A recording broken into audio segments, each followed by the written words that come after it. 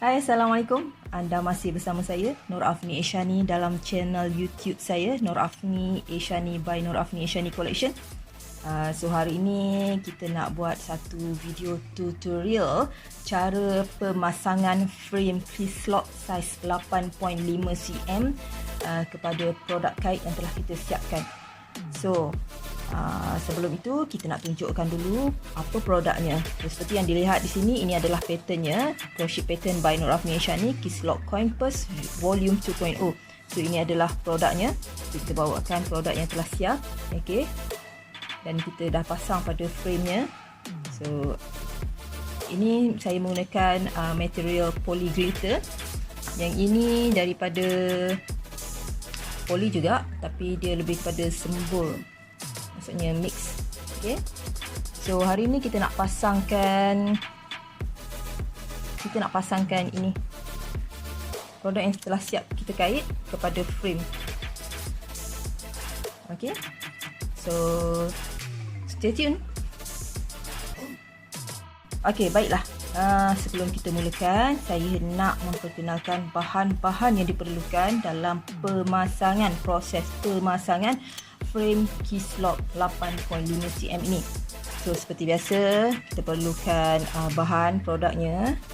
Bahan utama kita perlukan frame, okey. Pilihlah frame yang bersesuaian dengan produknya.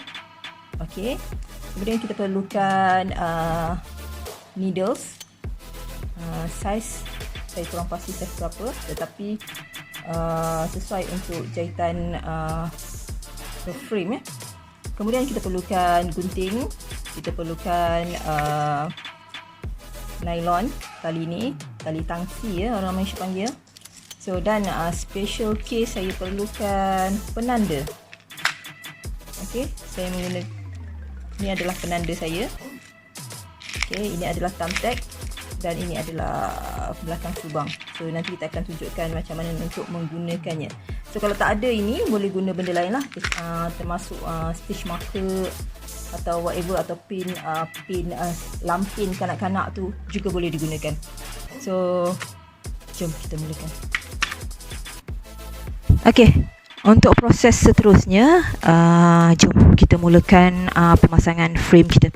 So ini frame saya berwarna bronze. Okey, cantik, saya suka dia punya motif yang timbul. Kemudian kita perlukan ni produk. So saya pilih putih untuk saya siapkan hari ini. So ini frame-nya. Seperti biasa, buka dulu keys lock ni macam ni, lebar-lebar, kemudian masukkan begini. Okey, kemudian nampak luas kan? Nampak lebar kan? Tak apa. Okey. Sekejap kita tunjukkan. Okey, untuk frame untuk pattern keys lock coin purse volume 2.0 ini, dia ada sedikit berbeza berbanding dengan produk-produk keys lock biasa, yang mana kita buat muat-muat sahaja frame. Tapi yang ini dia, kalau ayat bahasa Malaysianya, kita guna perkataan menggelebih. So dia agak lebih sedikit, but it's okay, dia akan menghasilkan satu beginilah, dia akan cantiknya, nampak gebunya kan. So untuk permulaannya, kita akan make sure kita punya bucu ni, okay, kita nampak tak frame kita kiri dan kanan ini ada side-nya. So yang kita punya bahagian bila kita dah buat tu, so kita kena letak betul-betul di bahagian corner. Make sure dia sama di bahagian corner. Okay, bagi dia. Sekejap, jaga sebentar, saya fokus sedikit. So masukkan dia di bahagian corner. Okay, yang keys lock yang ini tak perlu lining sebab kita dah guna poly. Kalau rajin nak bubuh lining, okay. So ini dia dah balance. So di sinilah saya gunakan thumbtack. Tapi thumbtack tu besar, saya gunakan inilah. So siapa yang ada subang plastik tu, boleh dapatkan kat kedai-kedai aksesori, ada kot. Nanti saya pasangkan sekejap. Okey, baik, saya dah pasang. kiri dan kanan. Tapi belakang ni saya tak shift lagi, tak. Okey, so ambil dia punya buntut ni dan kita pasangkan supaya dia tidak bergerak. Okey, one more. Sebelah lagi.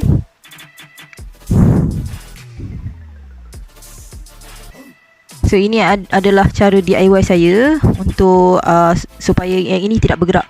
Kita hanya memfokuskan kiri dan kanan sahaja, bucu dan bucu. So mesti dapat elok lah bucu dengan bucu. So yang tengah tu abaikan dulu, yang menggelebih-gelebih tu kita abaikan dulu. Kita akan settlekan dulu di bahagian sisi kiri dan kanan. So proses yang sama di sebelah lagi. So samakan juga. Okey, masukkan. Okey. Pastikan sama ya. Okey, dapat ngam di situ ya. Okey, dah. Kalau dah puas hati, dah masuk cantik, dan kita buat proses yang sama, kita tandakan supaya dia tidak bergerak. Okey. Okey, baik. Saya dah buat pemasangan di kedua bahagian. So nampak tu ada tanda tu. So di sebelah sini juga saya sudah tandakan. So sudah stick di situ. So sekarang kita akan settlekan, kita akan masukkan sebelah dahulu. Kita akan mula dari sebelah. So yang sebelah kita abaikan, kita buat yang first. So dalam proses ini saya memerlukan gunting yang berbentuk tirus begini. Apa fungsi dia adalah untuk tolak produk kait kita tu masuk ke dalam frame dengan betul, dengan tegap. Maksudnya masuk tu full, tidak separuh-separuh. So begini, tolak, masukkan dulu. Okey, dia akan ada macam ni ada lebihan tidak mengapa, masuk sahaja. Dia tidak masuk penuh nampak ada gerigi-gerigi tu, itu bermaksud tidak masuk penuh. So ini adalah proses saya saya akan tolak dia. Kita akan tolak untuk masukkan dia. Dia akan ada bunyi ketuk. Gitu. So bila dah penuh, dah tolak, masuk, okey, full. Kita tak nampak lagi gerigi-gerigi tu. Bermaksud hasil kaitan kita dah betul-betul masuk dalam frame. So apa kita nak buat bila menggelebih ini? So ini adalah prosesnya. Ada satu lagi yang terkeluar sedikit, kita masukkan. Kita akan tolak. Kita akan tarik bagi dia sekata. So sebelah sini masukkan lagi. Dia akan masuk elok. Dia akan duduk elok. So kita just masukkan sahaja. Okey. Kalau anda nak tahu kaitan anda telah masuk elok atau tidak, anda boleh tengok dekat lubang-lubang di hadapan ni. Ada nampak tak putih? Kalau ada nampak sama benang itu, bermaksud kita punya produk dah masuk elok dalam frame. So selepas saja proses kita masukkan ini, bermulalah proses kita untuk menjahit menggunakan benang tangsi tadi. Ataupun boleh dapatkan orang cakap tali pancing tali pancing saiz yang agak sesuai lah untuk jahit. Sebab kita perlukan satu tali yang tahan lasak. So seperti biasa, kita simpulkan dulu.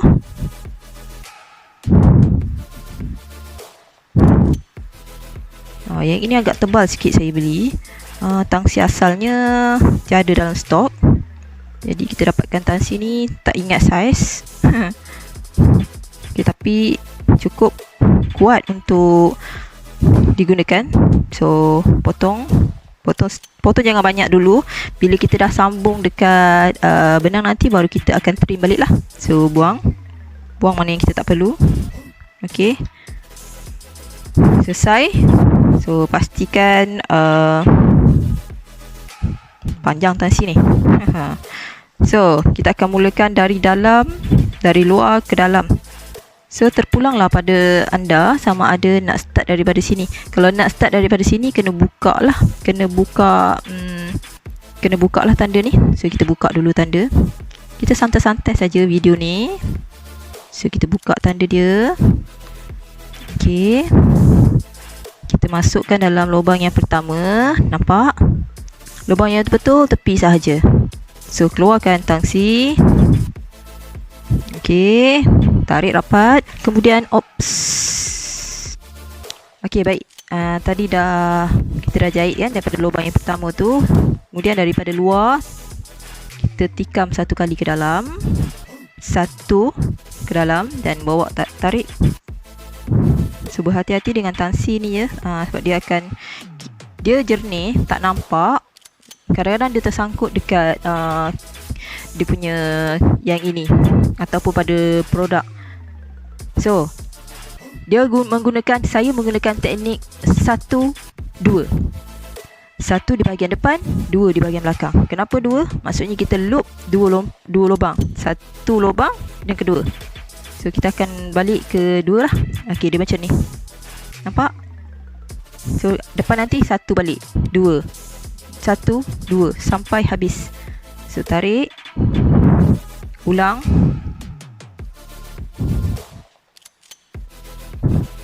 Kenapa saya gunakan teknik ni? Supaya jahitan lebih kukuh dan tahan lama. Okey, sebab kita tak tahu orang yang pakai ni akan guna untuk letak apa, duit shillingnya berapa banyak, ataupun nak letak barang-barang lain. Dan juga kenapa saya menggunakan tali tangsi berbanding benang itu sendiri. Sebab saya sayang pada motif yang sedia ada pada frame itu. Kalau perasan dia ada motif timbul ni kan. So sayang kalau kita gunakan benang yang sama, kita akan nampak putih-putih. So motif ini akan tertutup. Jadi bila kita gunakan tangsi, saya lebih prefer tangsi kerana itulah kita menjaga kualiti frame tu sendiri. Sayang sebab frame dah cukup cantik, bila you tutup dengan benang, tak nampak lah motifnya. So tak nampak lah eksklusifnya. So teruskan proses menjahit, senang sahaja.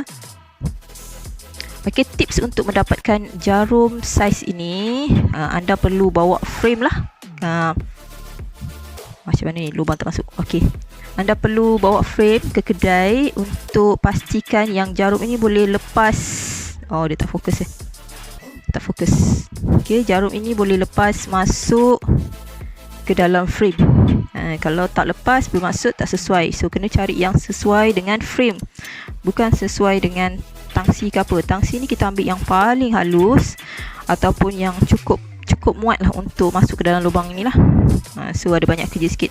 So bila dah dapat stok jarum yang diberikan tu, perlulah disimpan.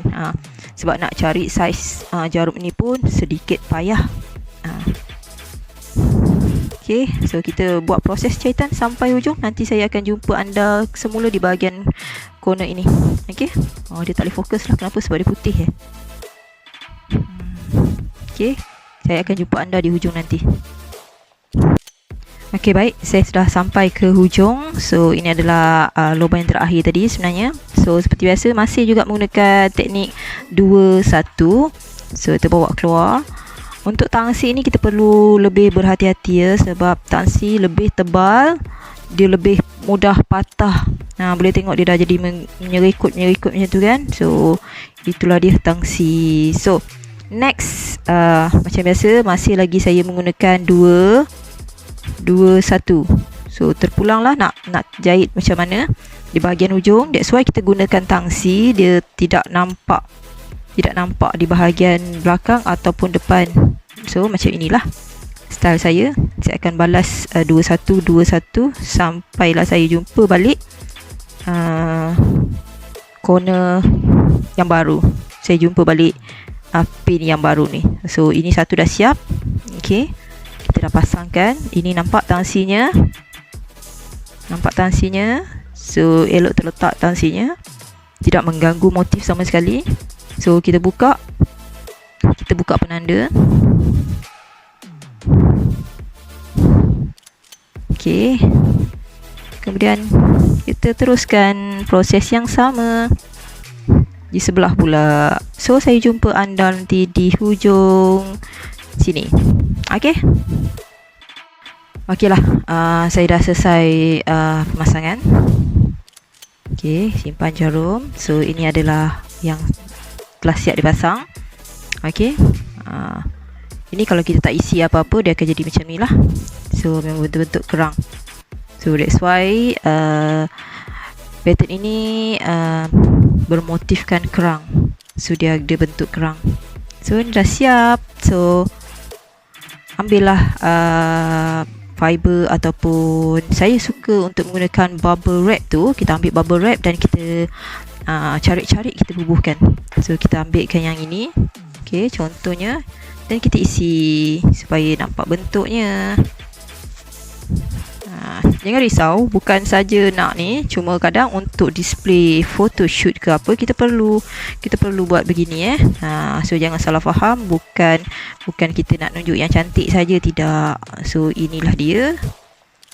So ada cara untuk masukkan ni, so dapatlah begini.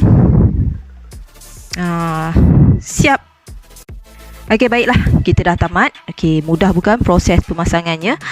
Simple sahaja sebab saya lebih suka kepada teknik berbanding daripada benda-benda lain lah. So kita dalam proses apa sahaja kita perlu mencari teknik untuk memudah cara. So baiklah, sebelum kita berakhir, saya ingin ingatkan sekali lagi, jangan lupa like saya punya video ini, video tutorial, dan jangan lupa juga share. Kita sebarkan ilmu ini. Mungkin boleh diguna pakai untuk produk-produk lain, atau mungkin ada teknik-teknik yang anda menarik anda untuk diguna pakai untuk projek-projek yang mendatang. Dan juga jangan lupa subscribe channel saya, dan kepada mereka yang berminat untuk dapatkan design atau pattern ini, jangan lupa klik link ekstensi yang saya sertakan di bawah, dapatkan patternnya di sana, dan kemudian kembali untuk melihat tutorial frame ini.